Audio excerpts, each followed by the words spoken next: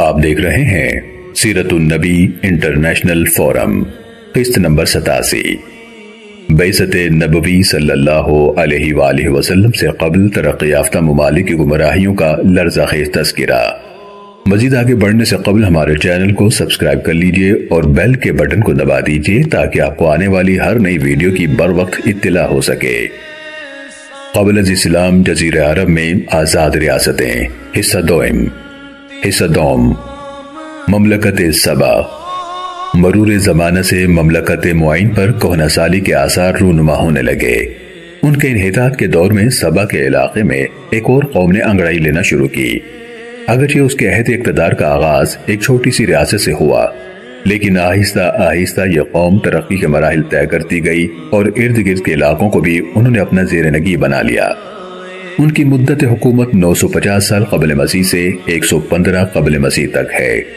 950 قبل مسیح سے 650 قبل مسیح تک معین اور سبا کی مملکتیں ساتھ ساتھ باقی رہیں، لیکن 685 قبل مسیح میں مملکت معین کا چراغ گل ہو گیا اور ان کے تمام علاقوں کی سیادت مملکت سبا کو میسر آ گئی۔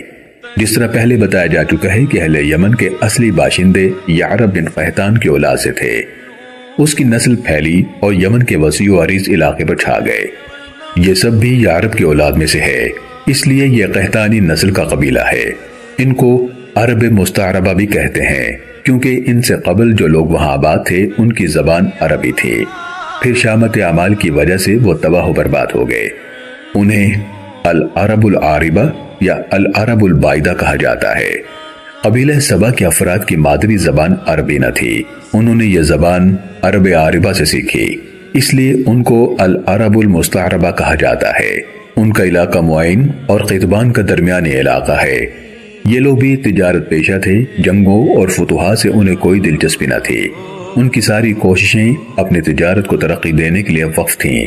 دور دراز علاقوں تک ان کا جو تسلط تھا وہ فوجی نوعیت کا نہیں تھا، بلکہ معاشی بالادستی اور اپنی کاروباری قابلیت کی وجہ سے انہوں نے دور افتادہ علاقوں میں بھی اپنا اثر و نفوذ قائم کر لیا تھا۔ ڈاکٹر فلپ کہیتی تاریخ العرب میں لکھتے ہیں کہ یہ علاقہ گنجان آباد تھا اور اس کی زمینیں دنیا کی زرخیز زمینوں میں سے تھیں، جہاں باغات کی کثرت تھی، جہاں ایسے درخت بکثرت پائے جاتے تھے جن کی گون سے مختلف خوشبودار بخور تیار ہوتے تھے، جیسے مر، لبان اور کرخا وغیرہ۔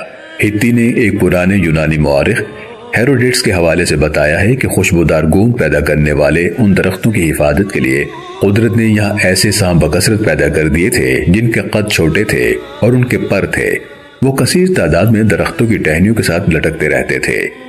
یونان کا ایک دوسرا مورخ لکھتا ہے کہ ان سانپوں کا طول ایک بالش کے برابر ہوتا تھا، ان کا رنگ زرد تھا، وہ زمین سے کود کر انسان کی کمر تک چھلانگ لگا کر اسے ڈستے اور اتنے زہریلے تھے کہ جس کو وہ ڈستے اس کا زندہ رہنا ممکن نہ تھا۔ ہتی یونانی مورخ سترابو کے حوالے سے ان علاقوں کی دولت و ثروت کا ایک حیرت انگیز نقشہ کھینچتے ہوئے لکھتا ہے، وہاں شہر آباد تھے جن کے حسن و جمال میں خوبصورت عبادت گاہیں اور شاندار محلات اضافہ کر رہے تھے۔ یہاں کے بسنے والے دنیا کے تمام قبائل سے زیادہ دولت مند تھے۔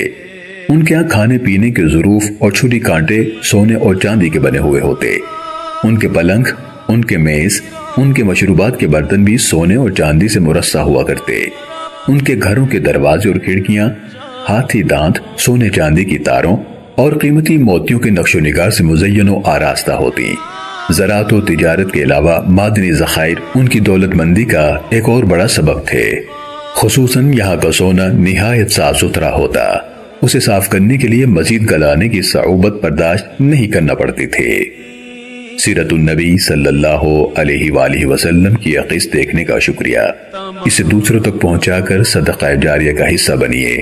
کسی بھی قسم کی غلطی پر ہم اپنے پروردگار کے حضور معافی کے خواستگار ہیں، اپنی اصلاح کے لیے شکر گزار ہوں گے اور آپ کی دعاؤں کے طلبگار ہیں۔ مزید آگے کیا ہوا یہ جاننے کے لیے دیکھتے رہیے سیرت النبی انٹرنیشنل فورم۔